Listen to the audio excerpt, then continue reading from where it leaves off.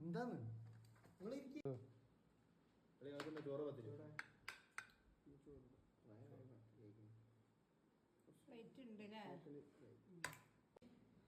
മുതലാളി താല്പര്യമില്ലാന്ന് നാട്ടുകാർക്ക് എന്താ വിശ്വസിച്ച് കൊടുക്കും.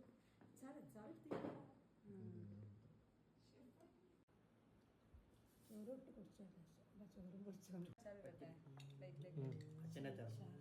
വീഡിയോ